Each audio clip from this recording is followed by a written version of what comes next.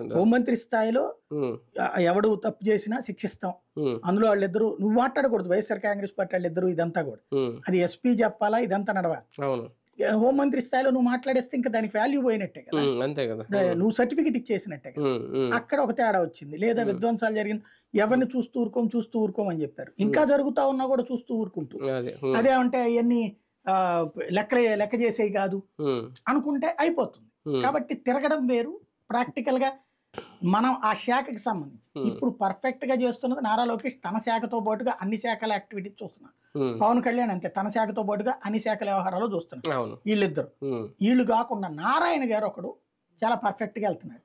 ఆయన రోజు రివ్యూలు చేయడం కానీ, అటు అమరావతి యాక్టివిటీ చూస్తున్నాడు, ఇటు డయేరియా లాంటివి చూస్తున్నాడు, అట్లాగే ఈ కాలువల పూడికి తీతలు ఇట్లాంటివి చూస్తున్నాడు.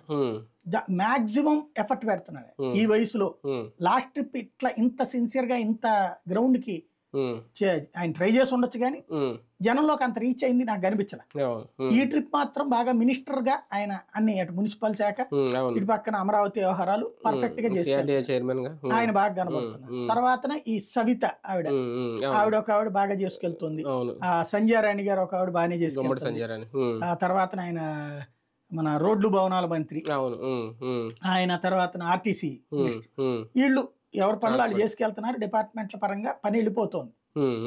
అది అంటే ఫ్రీ హ్యాండ్ ఇచ్చారా బాబు గారు వీళ్ళందరికీ? అంటే అనిత లాంటి విషయాల్లో చూసుకుంటే ఇంకా చర్యలు తీసుకోవడం స్టార్ట్ చేయలేదు కాబట్టి పైనుంచి ఏమన్నా ఆవిడ మీద ఏమన్నా ఆంక్షలు ఉన్న వాళ్ళ ప్రకటనలకే పరిమితం అవుతున్నారేమో అని. అంటే లా అండ్ ఆర్డర్ ఆవిడ చేతిలో లేదు కదా. లా అండ్ ఆర్డర్ చంద్రబాబు గారి దగ్గరే ఉంది కాబట్టి ఆవిడకి అంతకు మించి చేయడానికి ఏం లేకుండా పోయింది నాకు తెలిసి.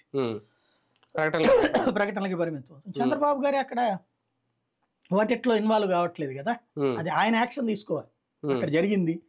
ఇప్పుడు ఏమంటారు, తుఫాన్ అక్కడ వస్తుందంటే